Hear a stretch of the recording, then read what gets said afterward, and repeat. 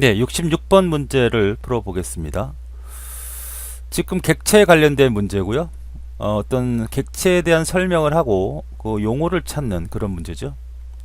특이한 점은 그 용어가 한글과 섞여서 나오지 않고 단독으로 영어로 나왔습니다. 영어 단어를 다 암기해야 되는 거죠. 자, 이거는 이제 캡슐이란 말이에요. 캡슐. 캡슐화라는 말이고요. 요거는 추상화라는 거예요. 추상화. 요거는 상속성이라는 거죠. 그 다음에 이거는 다형성이라고 하는 겁니다. 다형성. 자, 우리가 보통 그 과거에 우리가 이제 프로그램을 개발을 할 때는 뭐 여러 가지 절차적 순차적으로 프로그램을 짜다가 구조적 프로그램이라는 게 등장이 되죠. 이런 데이터 형태가 있다면 이 데이터를 채우는 자료를 변경시키거나 가공하는 기능들은 따로따로 만들어서 사용할 수 있도록 요 형태가 우리가 뭐라 그러죠? 요 하나하나를 우리가 모듈이라고 하고 혹은 함수라고도 하는 거죠. 그래서 이렇게 내용들을 서로 조립하면서 프로그램이 개발이 된다 해서 구조적인 프로그램이다 이렇게 얘기를 하죠. 근데 이제 이런 형태의 모듈들은 여기에 있는 어떤 특정 데이터와 여기 있는 데이터가 서로 영향을 받게 되면 프로그램을 하거나 오류들이 많이 발생한다는 거죠. 부작용이 생긴다는 거, 생각지 못한. 그래서 우리가 이제 결합도라는 걸 배웠죠. 결합도라는 것은 바로 이런 문제점에 대한 평가인데, 이 하나의 모듈과 이 하나의 모듈이 결합도가 강하면 부작용이 심하다는 거죠. 그래서 결합도가 약한 데이터 결합이 가장 좋은 결합이다 라고 하는 거죠.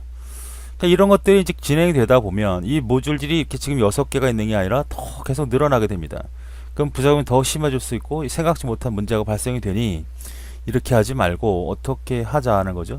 이 데이터라고 하면 데이터와 그 데이터를 사용할 수 있는 기능들을 하나의 덩어리로 만들어 버리는 거죠. 이게 바로 객체입니다. 이걸 우리가 오브젝트라고 하는 거죠.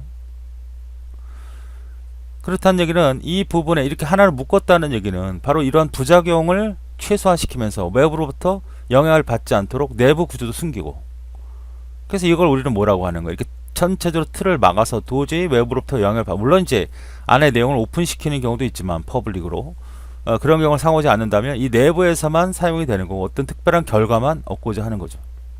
그래서 안의 내용은 전혀 알아볼 수 없도록 하는 추상화의 개념이 등장이 된 거고, 이렇게 묶어낸다는 개념의 캡슐화가 나타나는 거죠.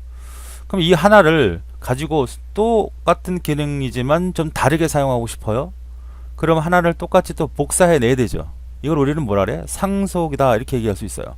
그리고 더 추가되는 기능들을 더 붙여놓고, 그러니까 기존에 있는 기능의 내용보다 더 많은 내용들을 붙여서 또 상속을 받아 또 상속을 받고 또 상속을 받아서 완벽한 하나의 객체를 만들어서 사용하는 방법을 취하게 되는데, 이런 형태를 우리는 뭐라 그래요? 상속이라고 한다. 상속. 그럼 다형성은 뭐냐면, 다형성이라고 하는 것은 이제 하나로부터 상속을 받아요. 얘도 하나 받고 얘도 하나 받고 얘도 하나 받아요. 그럼 똑같은 기능들을 하지만 실제로는 똑같은 기능이 3개가 필요 없어서 여기서 좀 여기는 세모 기능, 여기는 네모 기능, 여기는 동그라미 기능으로 다른 목적으로 사용할 수 있을 때 이걸 우리는 다형성이라고 하는 거죠. 다형성. 자, 이런 형태의 객체 용어들이 중요하게 다뤄집니다. 자, 그러면 이 문제를 살펴보면 메시지의 객체가 연산이 수행하게 될 때 하나의 메시지에 대해서 객체가 아주 고유한 방법으로 응답할 수 있는 방법이다 이거죠. 그러니까 고유한 서로 다른 방법이라는 거예요. 그러니까 하나의 객체가 있으면 이 객체로부터 상속을 받죠. 상속이 받고 어떤 기능이 똑같이 내려받았지만 얘는 능력을 다르게 쓰는 거죠.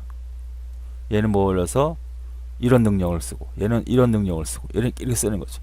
그러니까 똑같은 걸 3개를 만들어서 똑같이 쓸 이유는 없잖아요. 거기가 갖고 있는 기능을 다르게 쓴다는 것은 다르게 쓸 수 있도록 메시지를 전달하는 거고, 메시지를 전달할 때마다 이 기능들이 다르게 나타나게 다른 용도로 쓸 수 있게끔 해주는 거를 다형성이라고 하는 거고, 다형성을 바로 뭐라 한다? 폴리포미즘이라고 한다. 그래서 답은 4번이 되는 그런 문제가 되겠습니다.